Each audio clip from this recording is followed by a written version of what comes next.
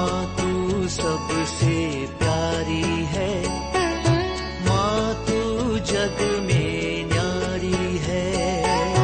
माँ तू सबसे प्यारी है, माँ तू जग में न्यारी है। अपने आंचल में रखना, अपने आंचल में रखना। हमें वरदानों से भरना। माँ तू सबसे प्यारी है, माँ तू जग में न्यारी है। माँ तू सबसे प्यारी है, माँ तू जग में न्यारी है। Mr. Rajan Samuel, a great missionary in Hindi heartland, first class with distinction.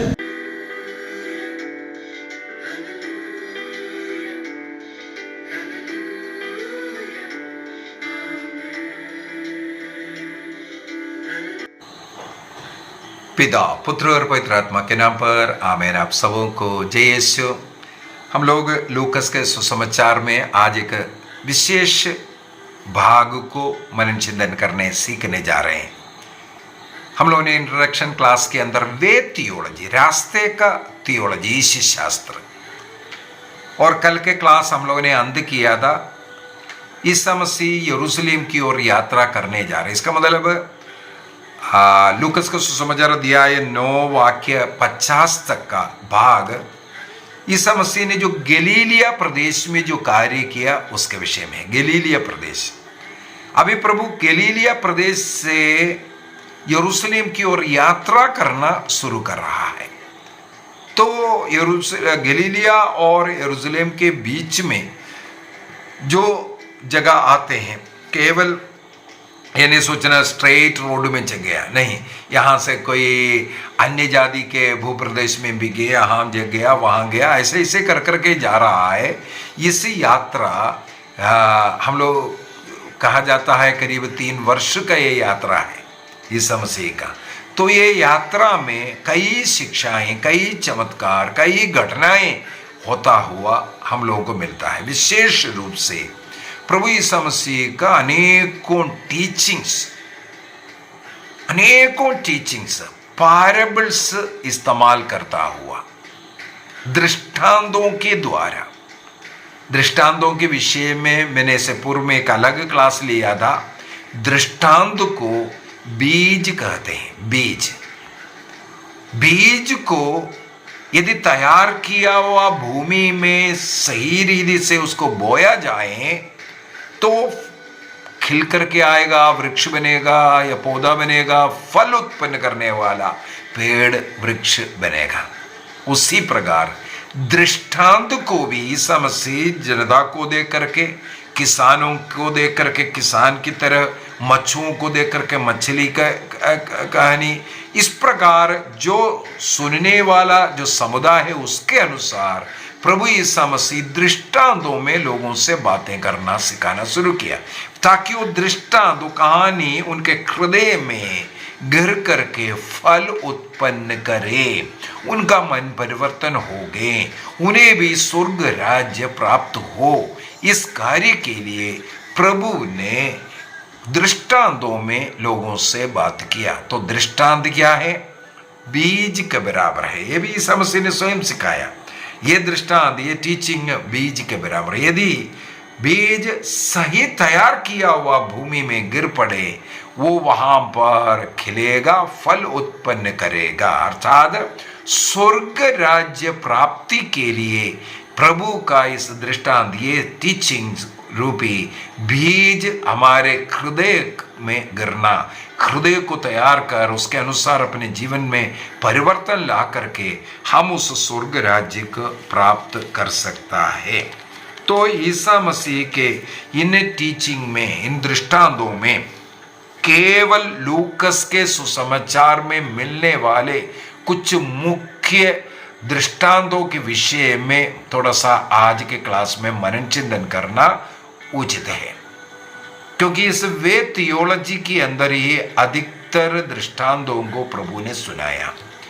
इन दृष्टांतों को अगर हम डिवाइड कर करके देखें, कई प्रकार से 5-6 भागों में हम इन दृष्टांतों को डिवाइड कर सकता है। सबसे पहला, सोशल जस्टिस, जो निंदित, पीड़ित, दुखित, जो तिरस्कृत जो लोग हैं, उनको बचाने का कार्य, उनके ऊपर दया करने वाला कार्य प्रभु ने इन दृष्टांतों के द्वारा किया है, टीचिंग के द्वारा। उदाहरण के लिए अध्याय 16 के अंदर धनी और लासर के विषय में, लासर तिरस्कृत था, एक गरीब व्यक्ति था।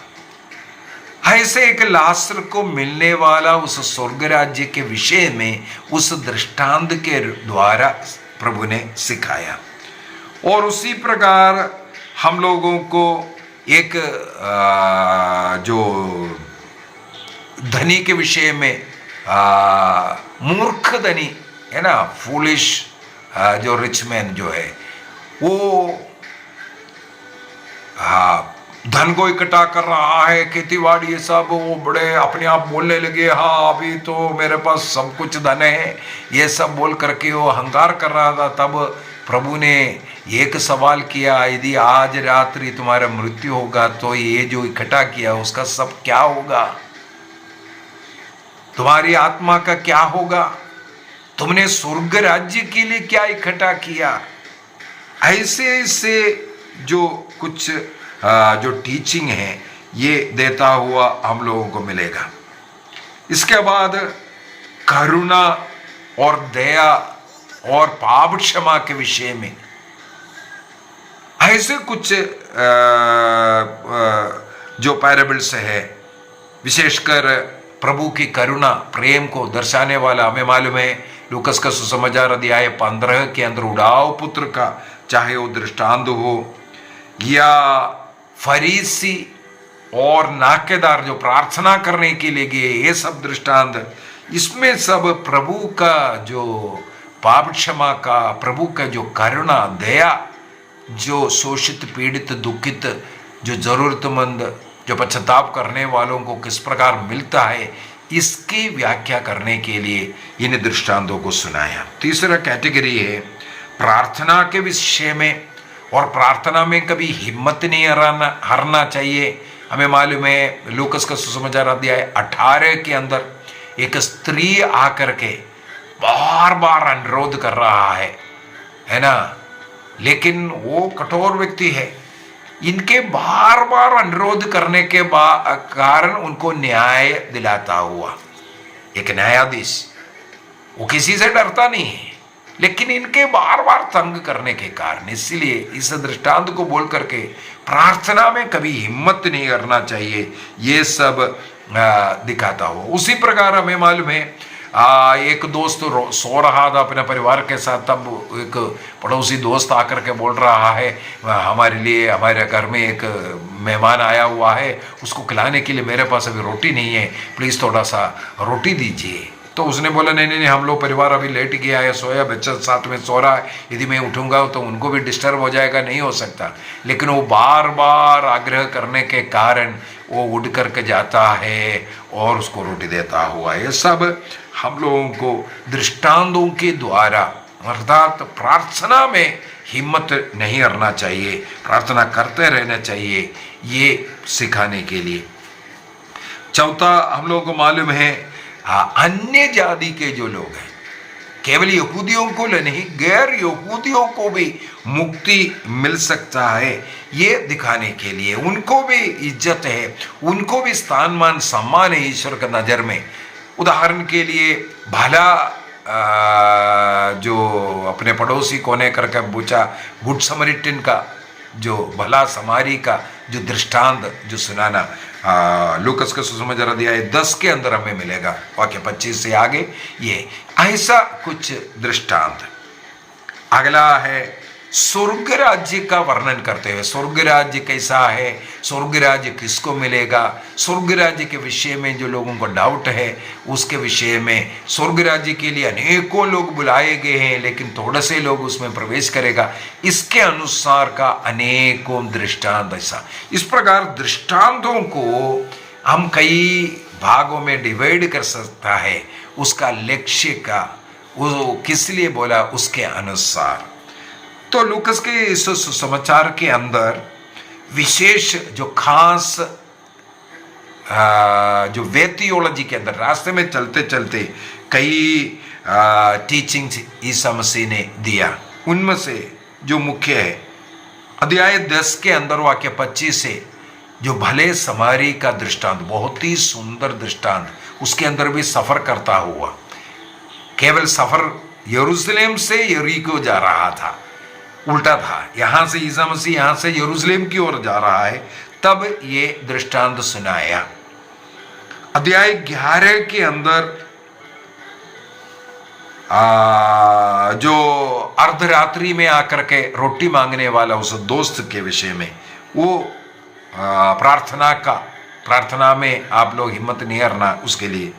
उसी प्रकार अध्याय 12 के अंदर जैसे मैंने बोला है, जो मूर्ख धनी व्यक्ति, अपनी आत्मा नष्ट होने से क्या फायदा है, ये सिखाने वाला जगह।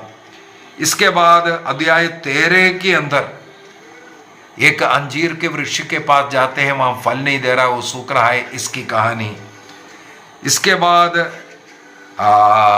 जो दावत के लिए तैयार किया लेकिन उसके लिए लोग तैयार नहीं है, आया नहीं है, तो रास्ते में यहाँ वहाँ से लोगों को पकड़ करके लेके अध्याय 14 के अंदर इसका भी हम लोगों ने एक विशेष अलग क्लास लेकर के उसको समझाया था, हाल ही में वो भी हुआ था। अभी इसके बाद अध्याय 14 के अंदर एक और दृष्टांत केवल लूकस में मिलता है, वो है कोई एक व्यक्ति एक टावर बना रहा है, मीनार बना रहा है, तो मीनार बनाने के पहले हिसाब किताब सब तैयार कर करके ही कितना खर्चा, कितने लोगों को लगाना, ये सब एस्टिमेट सब लगाता है, तब बनाता है। ये दृष्टांत सुना करके हमें भी किस प्रकार इस स्वर्गीय यात्रा में तैयार रहने की जरूरत है, ये सब सिखा रहा है। अगला अध्याय 14 के अंदर तीसरा एक और बड़ा दृष्टांत है, कंटिन्यूस उसके अंदर दृष्टांत हम लोगों को मिल रहा है। अध्याय 14 के अंदर यहाँ पर एक राजा लड़ाई के लिए जा रहा है, उससे वापस आने के टाइम पर कैसे रहेगा, जिसको क्या बोलता है उस देश समर्पित कर कर जा रहा है, और लोगों को जिस देश से लड़ना है उस देश से लड़ने के लिए वहाँ का शक्ति क्या है, हमारे पास क्या है, ये सब एस्टिमेट करना, ये सब सिखाने वाला। जैसे मीनार बनाने वाले का और राजा लड़ाई के लिए जाने के पहले उसके विषय में स्टडी करता है, उसके विषय में चर्चाएं चलता है, इसके बाद वो करता है, ये सिखाने वाला। इसके बाद अध्याय 15 के अंदर हमें मालूम है 3 मुख्य जो कहानियां बोल कर दे रहा हूं, उनमें से जो भेड़ खो गया था वो अन्य सुसमाचार में भी मिलता है, लेकिन जो 10 कॉइन में से सिक्का है उनमें से एक नष्ट होना केवल लूकस के सुसमाचार में मिलेगा, और 2 पुत्र थे उनमें से एक नष्ट होना जो प्रोडिगल सन का ये जो कहानी है, ये भी केवल लूकस के सुसमाचार में मिलेगा, उड़ाव पुत्र का दृष्टांत और ये सिक्का खोने के विषय में। तो इसके द्वारा भी अच्छा टीचिंग कई बार हम लोगों ने इसके विषय में भी क्लास में सिखा चुका है। अगला 10वां, एक मैनेजर अपने काम में ईमानदार नहीं था, 16वां अध्याय के अंदर उसके विषय में जो बता कर दे रहा है। और लासर और धनी का जो दृष्टांत है अध्याय 16 के अंदर ही वाक्य 19 से आगे हम लोगों को पढ़ने के लिए मिलता है।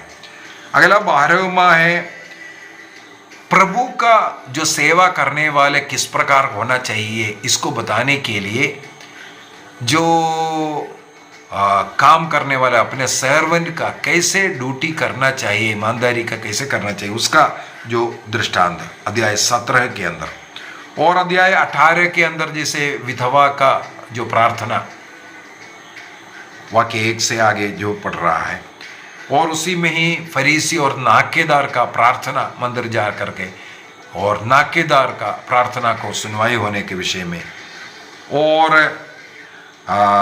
इस प्रकार 15 मुख्य जो दृष्टांत लूकस के सुसमाचार में हम लोगों को देखने के लिए मिलता है। थोड़ा सा जल्दी उस भाग को हम लोग देखते हुए आगे जाएंगे।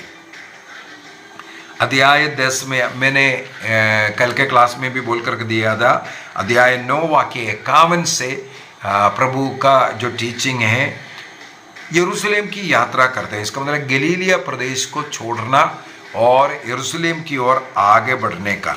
तो अध्याय 10 में 72 शिष्यों को भेजने के विषय में, उसका 12 शिष्य और इनके जो भेजने का क्या अंदर है ये भी मैंने बोल कर दिया था। और भले समारी का दृष्टांत अध्याय 10 के अंदर यहाँ पर आया, कौन सही पड़ोसी है, और इस भले समारी का दृष्टांत का भी एक क्लास हाल ही में हो चुका है, इसलिए उसमें भी ज़्यादा नहीं बोलना चाहूँगा। मार्था और मरियम, इसका मतलब बेथानिया पहुंच करके मार्था और मरियम के घर में प्रभु ईसा मसीह, हमें मालूम है इस घर में यरूशलेम से बार बार जब कभी ये यरूशलेम जाते हैं मार्था और मरियम के घर में ठहरना, क्योंकि यरूशलेम से करीब 2 किलोमीटर दूरी पर ये बेथानिया प्रदेश है, और उस बेथानिया में लासर का घर, मार्था और मरिया उनके बहनें हैं, उस घर में रुकता हुआ। और ईसा मसीह जब पहुंचा तो यहाँ पर हम लोग देख रहा है मार्था ईसा मसीह और उनके शिष्यगणों को खाने पीने के लिए जो तैयारी करा दे, लेकिन मरियम आकर उनके चरणों में बैठ करके वचन को सुनना शुरू किया। तब मार्था आकर के कंप्लेंट करते हैं, आप देख रहे हैं मरियम को भी भेजिए, मेरे को बहुत काम है, उनको मदद करने के लिए भेजो। तब प्रभु मार्था से कहते हैं, मार्था मार्था तुम बहुत से बातों के विषय में चिंतित और व्यस्त हो, फिर भी एक ही बात आवश्यक है, मरियम ने उस उत्तम भाग को चुन लिया है, वह उससे नहीं लिया जाएगा। अभी यहाँ पर 2 बातें मैं बोलना चाहूँगा। एक, स्त्रियों को किसी गुरु के चरणों में बैठ करके शिक्षा लेने का अनुमति यहूदी लोग नहीं देते थे, विशेषकर उस जमाने में यह अनुवदनीय नहीं था। लेकिन यहाँ पर ईसा मसीह उनके घर में पहुंचा, मरियम एक शिष्या के रूप में प्रभु के चरणों में बैठ करके सुनना, शिष्यत्व को स्वीकार किया। यहाँ पर स्त्रियों को मान सम्मान देने वाला प्रभु, और उनको भी शिक्षा, उन्हें भी प्रभु का वचन सुनने का अधिकार है, ये दिखाने वाला। और मरियम ने सबसे उत्तम बात, अर्थात मैंने इसका भी एक क्लास लिया था, आंतरिक मनुष्य और बाहरी मनुष्य के रूप में। एक व्यक्ति में एक आंतरिक मनुष्य है, एक बाहरी रूप। बाहरी रूप जैसे उदाहरण के लिए मत्ती के सुसमाचार में तुम संसार की ज्योति हो और तुम पृथ्वी का नमक हो, मत्ती के सुसमाचार 5:13-14 के अंदर प्रभु ईसा मसीह ने, इसका मतलब एक बाहरी रूप और आंतरिक है। मैंने बोला था 13 पृथ्वी का नमक, नमक का टेस्ट कर करके, इसका मतलब वो आंतरिक स्वभाव को और प्रकाश बाहरी रूप को दिखाने वाला। और उसी प्रकार यहाँ पर भी हम लोग देखते हैं, मार्था ने बाहरी चीजों को, भौतिक बातों को, खाने पीने की बातों पर बहुत ज्यादा चिंतित था, लेकिन मरियम यहाँ पर आत्मिक बातों पर ज्यादा चिंतित था। तो ये है उत्तम बात, अर्थात हमारे जीवन में आत्मिकता को महत्व ज्यादा देना चाहिए। ये शिक्षा यहाँ पर हम लोगों को मिलती है। अध्याय 11 में जो प्रभु की विनती, प्रभु की कहीं प्रार्थना कर रहा था, शिष्य लोग उनसे अनुरोध करते हैं, वो प्रार्थना सिखाता हुआ मत्ती के सुसमाचार की प्रार्थना में और लूकस के सुसमाचार की प्रार्थना में भी अंतर है। तो मत्ती के सुसमाचार की प्रार्थना में मैंने बोला हम लोग जो प्रार्थना कर रहे हैं वो मत्ती के सुसमाचार के अनुसार, क्योंकि ये थोड़ा सा कट शॉर्ट है, ये पूरा पॉइंट इसमें नहीं है। वो उस क्लास में भी मैंने बोल करके दिया था। और प्रार्थना का प्रभाव के विषय में मांगो तुम्हें दिया जाएगा, ये सब इस भाग में आते हैं। थोड़ा सा आगे बढ़ते हैं। कई टीचिंग्स पुराना जो मत्ती के सुसमाचार से ही जो मिल रहा है उसी के अनुसार ही है। और फरीसियों के साथ भोजन के विषय में अध्याय 12 में मूर्ख धनी का दृष्टांत हम लोगों को पढ़ने के लिए मिल रहा है। और प्रभु पर भरोसा रखना मत्ती के सुसमाचार अध्याय 7 के अंदर जो मिल रहा है, यहाँ पर हम लोगों को अध्याय 12 के अंदर विधाता पर भरोसा करना, किसी भी चीज़ की चिंता नहीं करना है, खाने पीने का, वस्त्र का, वो मत्ती के सुसमाचार अध्याय 5 में हम लोगों को पढ़ने के लिए मिल रहा है। ये सब यहाँ पर हम लोगों को मिलता है। इसके बाद ईमानदार और बेईमान करींदा का जो दृष्टांत ये अध्याय 12 के अंदर यहाँ पर बोल करके दे रहा है। इसके अंदर का वाक्य 43 को मैं थोड़ा सा उठाना चाहूँगा। वहाँ पर प्रभु कहते हैं धन्य है वह सेवक। इस दृष्टांत का संक्षिप्त रूप यहाँ पर मिल जाएगा। धन्य है वह सेवक जिसका स्वामी आने पर उससे ऐसा करता हुआ पाएगा जो कार्य सौंपा हुआ वो करता हुआ, अर्थात क्रिस्त शिष्य हमेशा प्रभु का स्वर्ग राज्य का सेवा में लगा हुआ व्यक्ति होना चाहिए। मौसम दे करके, समय को दे करके ऐसा व्यक्ति नहीं होना चाहिए। और अध्याय 13 के अंदर पश्चाताप करना नहीं तो नष्ट हो जाएगा। और यहाँ पर ये फलहीन अंजीर के विषय में काटने के लिए बोला, लेकिन उसका मालिक ने कहा नहीं, उसका सेवक ने कहा नहीं, 1 वर्ष और मैं थोड़ा सा और देखता हूँ, खाद वगैरह दे करके डाल करके देखता हूँ ये इसमें फल होता है कि नहीं, क्योंकि ये अंजीर फल नहीं दे रहा था। इसको काट डालने के लिए, सुखाने के लिए कहा, लेकिन उस मालिक से मजदूर ने कहा 1 साल और समय दीजिए। यदि हम लोग जीवन पाप में जीवन है फिर भी हम जिंदा है, इसी प्रकार हमारे लिए मध्यस्थ करने वाले कोई है। ये नहीं सोचना है प्रभु हमारे पापों को, अपराधों को नहीं देख रहा है। हम इतना पाप अपराध करने के बावजूद भी हम भले चंगे इसलिए हैं क्योंकि हमारे लिए कोई विनती कर रहा है, स्वर्ग में हमारे लिए कुछ मध्यस्थ कर रहा है। अन्यथा इससे पहले कट जाना था। तो ना काटने वाला इस फलहीन अंजीर के वृक्ष का दृष्टांत के द्वारा हमें भी ये कुछ सिखाते हैं। और कई ऐसे दृष्टांत हैं अध्याय 14 में भी विश्राम दिन के विषय में, और मीनार बनाने वाले का दृष्टांत, ये सब मैंने जिसे पहले बोल करके दिया था, बोझ का दृष्टांत, अनेकों दृष्टांत इसी रास्ते में 15 दृष्टांत करीब यहाँ पर हम लोगों को मिलता है। अध्याय 15 में भटकी हुई भेड़ का दृष्टांत, खोया हुआ सिक्के का दृष्टांत और खोया हुआ लड़के का दृष्टांत। 100 भेड़ों में से एक था, अर्थात 1% वहाँ नष्ट हुआ था। 10 सिक्कों में 1 सिक्का नष्ट होना, अर्थात 10% घर में ही नष्ट हुआ। घर में टीवी, लड़ाई झगड़ा, इस प्रकार घर के अंदर नष्ट होने वालों का संख्या 10% है। 2 में से 1 अर्थात 50% पढ़ाई के नाम सर, नौकरी के नाम सर, घर से माता पिता से अलग होना, प्रार्थना नहीं करना, इस प्रकार बुरी आदतों में, बुरी संगति में पड़ करके नष्ट होने का जो परसेंटेज के अनुसार हम लोग देख सकते हैं। इसके बाद अध्याय 16 के अंदर अगला एक दृष्टांत है बेईमान करींदा के विषय में, और अध्याय 16 के अंदर अमीर और लासर का, उस गरीब का वो दृष्टांत सब हम लोगों को मिलता है। अध्याय 17 के अंदर भी इसी प्रकार कई बुरे उदाहरण के विषय में सब आते हैं और प्रभु का बहुत लंबा चौड़ा एक शिक्षा यहाँ पर हम लोगों को सुनने के लिए, पढ़ने के लिए मिलता है।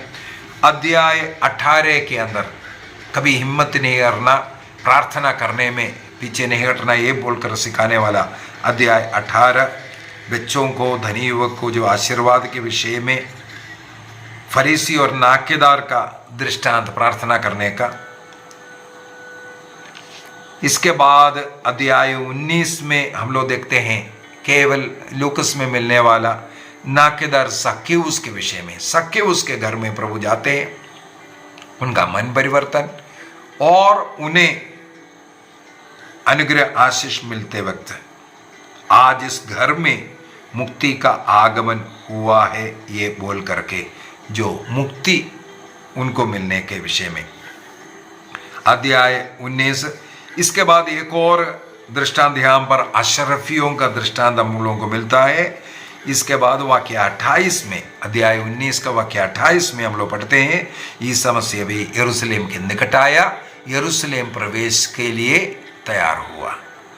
तो आज का क्लास यहाँ समाप्त कर रहा है। मैंने थोड़ा सा जल्दी इसलिए बोल करके आया, जो विशेष जिसको बोलना है उसको बोला, अन्यथा वो बातें मत्ती का सुसमाचार, मार्कुस का सुसमाचार सिखाते वक्त हम लोगों ने सुना था। इस कारण यहाँ पर भी हम लोगों को दुख भोग का पहला भविष्यवाणी, दूसरा भविष्यवाणी, तीसरा भविष्यवाणी, ये सब यरूशलेम पहुंचने के पूर्व में ही तीनों भविष्यवाणियां हुआ। ईसा मसीह के जीवन में क्या होने वाला है अब यरूशलेम में, इसका भविष्यवाणियां सब हो चुका है और कई चिन्ह चमत्कार इसके अंदर हम लोगों को पढ़ने के लिए मिलेगा और कई दृष्टांतों के द्वारा क्रिस्त ने जो सिखाया हुआ बात।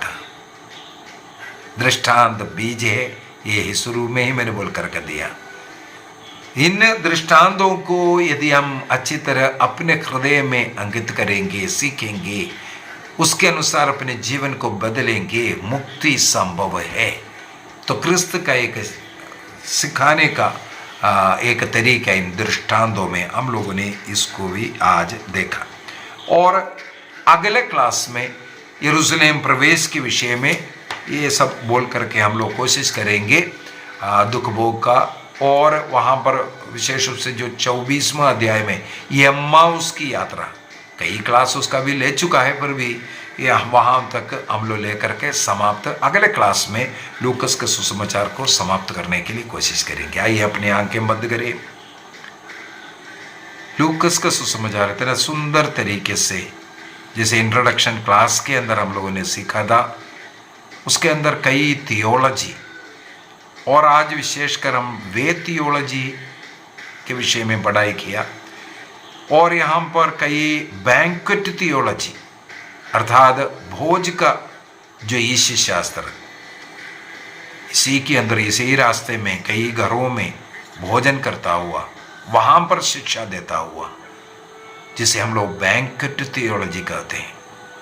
ईश शास्त्र, भोज का ईश शास्त्र,